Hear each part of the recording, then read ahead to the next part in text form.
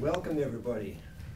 Once again, Bill McCabe at the Iron Crane Dojo, and we're not in class right now. We're sort of getting ready for a class, and we had an opportunity to run a quick video clip, so we decided to do that for you, share some of our ideas. And this is another link in the chain of how to develop a comprehensive self-defense arsenal using building blocks that are the essential building blocks for all martial arts movement. And today we're going to take a look at the building blocks that have to do with throws. And we're going to share with you 9 throwing concepts, which will be executed on one side of the body, which you can learn by sharing with your teacher or asking your teacher to give you further insight into these. And perfect if you feel they have value in what you're doing. Okay, so here we have Carol Stumpf and Terry Stewart, who will be assisting. And as has been the case previously, if Terry's the attacker, the attack is going to be essentially this. We're at self-defense distance, and the attack will be simply a grab to the right arm. Okay, and this is just so you have a consistent starting point for consistency of execution. When you want to perfect technique, you have to develop consistent execution, and to do that, at first, everything is tightly controlled. Then it becomes more improvisational over time as you work this into your natural flow. Okay, so Terry comes forward, and we're both prepared, and Terry executes. Now the first one is going to be this. Carol is going to demonstrate a shoulder throw. And the shoulder throw will involve Carol capturing Terry's arm, stepping in, taking the center line or the center point, and I'm just modeling what she's about to do. And then here, she thrusts and throws Terry over her shoulder. Now she's not going to throw her here, she's just going to do the setup so you get an idea of how the balance and the leverage points are triggered. And then you can use that to develop an understanding of how to develop, create leveraging concepts in your own movement. Okay? So Carol sets up the execution. Controls balance, breaks balance, goes in, controls the center, and works the technique. One more time.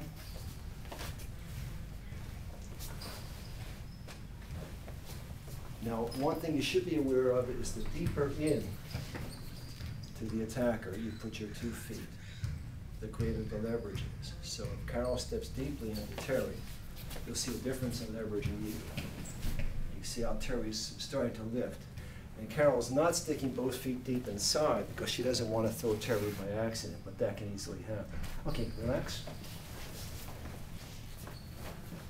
Okay, that's a shoulder throw. And a shoulder throw means when Carol turns about, Terry goes over her shoulder in this arc. Okay, step back again. Second technique is essentially the same setup as the first, but you're using a leveraging concept that's quite unique. This is the curling arm or the cobra. You bring the arm underneath her left arm, her grabbing arm, and then you lock it, and the upward pressure against the back of the upper tricep over the elbow creates a lift and a balance break against her. So watch as Carol executes this. Okay? Now watch. Spread your fingers. As you spread your fingers, the lift is even more pronounced. See it? She's on her toes, and she's ready to be catapulted over the top. Okay, number 3. That number 2, by the way, is also a shoulder throw. The person goes over the shoulder. Number 3 is using the head as a leverage point. And this is a technique that's favored by a lot of tall people. It's not nearly as effective with a short person trying to use it against a tall person. It's usually a tall person who's groping or grappling with someone who reaches around quickly and coils around the neck, puts the hip underneath, and rolls the person over the top. And this is a hip throw. And with the hip throw, you actually project your hip to the side and use it as a fulcrum or pivot point. But the triggering mechanism here is the leverage that you gain on the attacker's hip.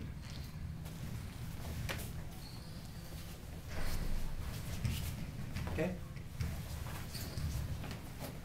The wraparound on the neck is live hand. And you see my hip goes outside Terry. Terry can actually feel the energy in there. she's all but going at that point in time. And you're not using a lot of force here. If you get the technique right, the magic just comes into focus.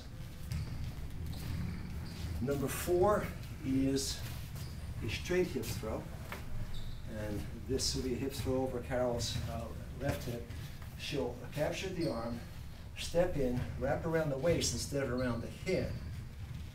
And you can either grab the waist from behind, or you can also use a live hand around the waist and just reach as far around as you can and bring the person over.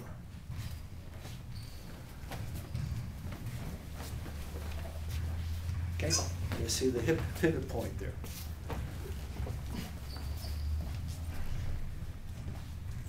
Now, there's some techniques that you don't really see that are out there in competition because they're so threatening to the joints and the limbs. And some of these that we're about to show you will be in that category.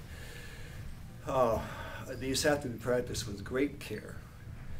And you see how we execute them. We execute them in such a way that we're not doing any damage to each other. We all expect to be martial artists when we're very old. But number 5 is using a pressure point to gain leverage and to stand the person upright on their toes. And you're underneath the elbow here, and you're locking with a pincher's movement. And you go in. You see what I'm doing is I'm literally lifting her to her toes. So I go in and put her arm onto my right shoulder. And I'm going to do a shoulder throw over the top, using the leverage against her right arm. So it's a reverse arm bar, and she's going over the top. So the leverage is extraordinarily high, and it's very threatening to the joints of the elbow, the shoulder, as well as the rest of the body when she goes over the top. But the trick here is that leverage point, gaining leverage over the arms, getting her on her toes, because she's completely off balance as you step in. So it's a very powerful technique. Okay, Carol?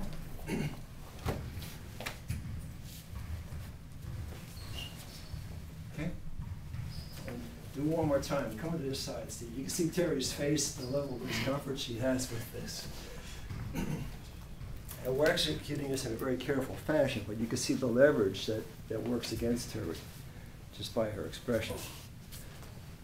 Okay? She's doing everything she can to keep her balance.